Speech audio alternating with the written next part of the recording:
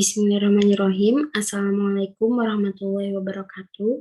Perkenalkan, saya Lutfia Husn Ahira dengan NIM 2019 0510-208 dari kelas A mata kuliah Politik Islam di Asia Tengah. Pada kesempatan kali ini, saya akan membahas tentang perkembangan Sufi di Uzbekistan dan pengaruhnya dalam bidang politik.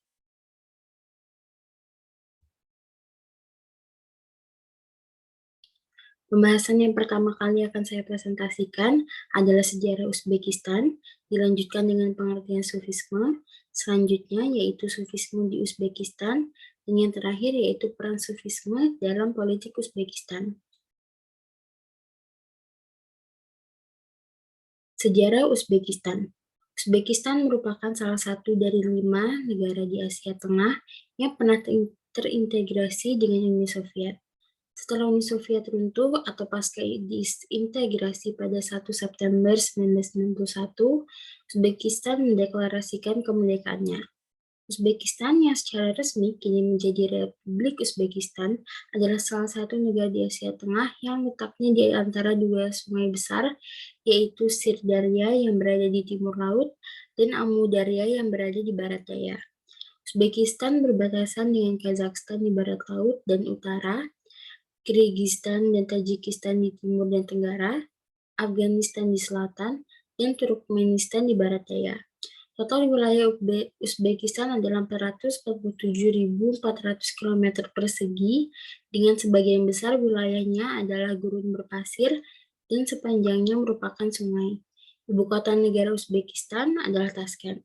Presiden pertama Republik Uzbekistan yang pada kekuasaannya mendirikan sebuah rezim presiden yang otoriter adalah Islam Karimov. Apa itu Sufisme?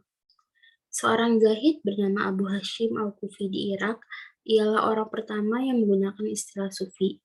Menurutnya, ada beberapa teori yang berkaitan dengan asal-usul kata Al-Tasawuf dan Al-Sufi. Pertama, istilah tasawuf atau sufi berasal dari kata suf yang berarti wol.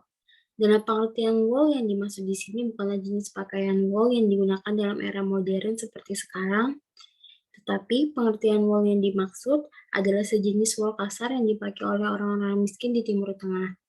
Karena pada zaman itu, jenis pakaian yang menjadi simbol kekayaan adalah pakaian yang berbahan dari sutra. Dengan demikian, yang diperlihatkan oleh para sufi dengan wolnya yang kasar adalah mencerminkan bentuk kehidupan yang mengutamakan kesederhanaan, menjauhi bentuk kemewahan dan kesenangan duniawi. Kedua, istilah tasawuf atau sufi berasal dari al-sufah, orang-orang Makkah yang berhijrah bersama Nabi ke Madinah. Karena kehilangan hartanya, mereka hidup dalam keadaan miskin dan tidak mempunyai apapun. Mereka kemudian tinggal di Masjid Nabi dan tidur di bangku-bangku dengan memakai alas dan bantal berupa pelana. Pelana ini disebut dengan sufah, atau dalam bahasa Indonesia dikenal dengan sofa. Al-sufah karena itu diartikan dengan kelompok orang yang tidak mementingkan hidup keduniaan dan lebih mengutamakan kehidupan yang saleh. Ketiga, istilah tasawuf atau sufi berasal dari kata saf pertama. Sebagaimana diketahui secara umum, saf pertama merupakan saf atau barisan yang paling utama dalam pelaksanaan sholat berjamaah. Mereka yang berada pada posisi saf pertama dalam melaksanakan sholat berjamaah akan mendapatkan kemuliaan dari Allah. Ahli sufi demikian diartikan sebagai orang-orang yang memperoleh kemuliaan di sisi Allah karena lebih mengutamakan untuk selalu dekat dengan Allah Subhanahu wa Ta'ala. Keempat, istilah tasawuf atau sufi berasal dari kata safah yang memiliki arti suci. Hal itu karena seorang sufi selalu mensucikan dirinya dari segala macam perkara yang akan menodai kehidupannya. Untuk mencapai titik pensucian dari segala perkara, hal yang dilakukan oleh seorang sufi melakukannya dengan latihan dan usaha keras. Pada akhirnya, pengertian sufi sendiri adalah seseorang atau sekelompok orang yang meninggalkan nafsu dan kebahagiaan duniawi demi menjemput kebahagiaan kekal di akhirat.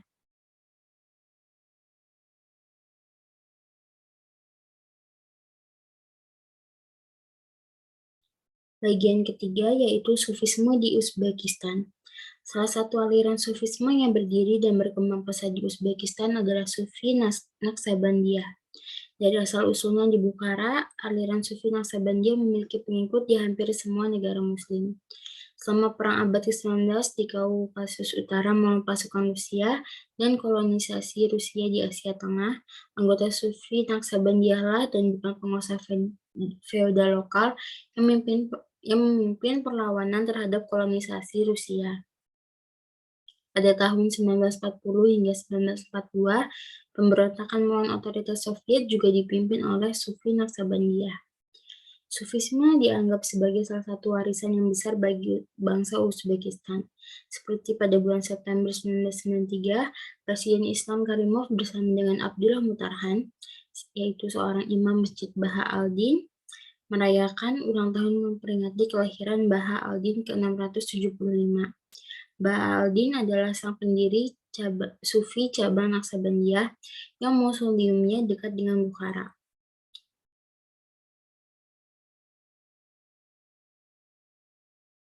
Bagian keempat dan terakhir yaitu peran Sufisme dalam politik Uzbekistan.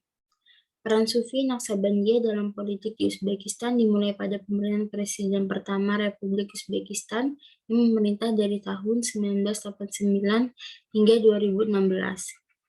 Sejak kemerdekaan, pemerintah Presiden Islam Karimov menjadikan Islam sebagai alat bagian dari strategi pembangunan bangsanya. Inti proyek nasionalis pemerintah adalah pembangunan Uzbekness sebagai kumpulan nilai spiritual dan karakter kepribadian Uzbekistan yang dikembangkan secara historis, yang promosinya dilakukan sebagai basis kehidupan ekonomi, politik, dan sosial di negara Uzbekistan. Islam membentuk elemen penting dalam ideologi baru yang dipromosikan oleh pemerintah Karimov. Namun, Islam di Uzbekistan tidak diperlakukan sebagai sistem keyakinan dan praktik transenden yang independen dari budaya Uzbek. Sebaliknya, Islam yang dibangun dalam wacana negara bagian berada di bawah naungan spiritual nasional.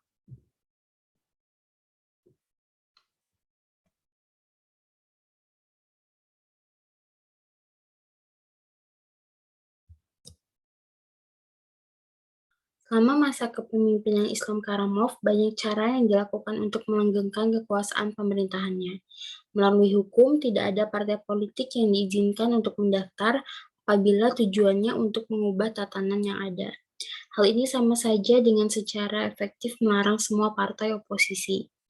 Pengetatan kontrol ini kemudian mulai merambat ke arah ekspresi religius masyarakat. Pemerintah bertujuan untuk menghilangkan ancaman yang dirasakan fundamentalisme Islam dan ekstremisme dengan secara sewenang-wenang menahan dan memenjarakan ribuan umat Islam dan pemimpin agama independen yang mempraktekkan agama mereka di luar kendali negara. Pemerintah memberi label ajaran Hizbut Tahrir yang mendukung sebuah negara Islam sebagai ekstremis, namun belum menghasilkan bukti yang dapat dipercaya bahwa anggotanya terlibat atau mendukung kekerasan.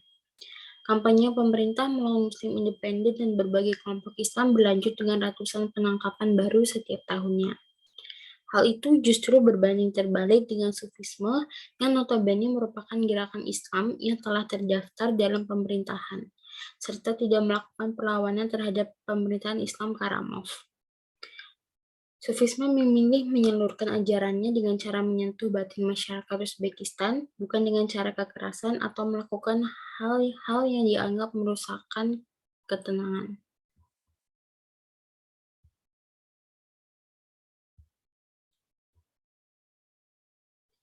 Kesimpulannya yaitu, keberadaan Sufisme di Uzbekistan menjadikan nilai-nilai Islam yang diterapkan Islam Karimov sebagai ideologi atau nilai-nilai spiritual nasional yang tidak hanya merekat di masyarakat, tetapi juga digunakan sebagai penghambat gerakan anti-ekstremisme di Uzbekistan.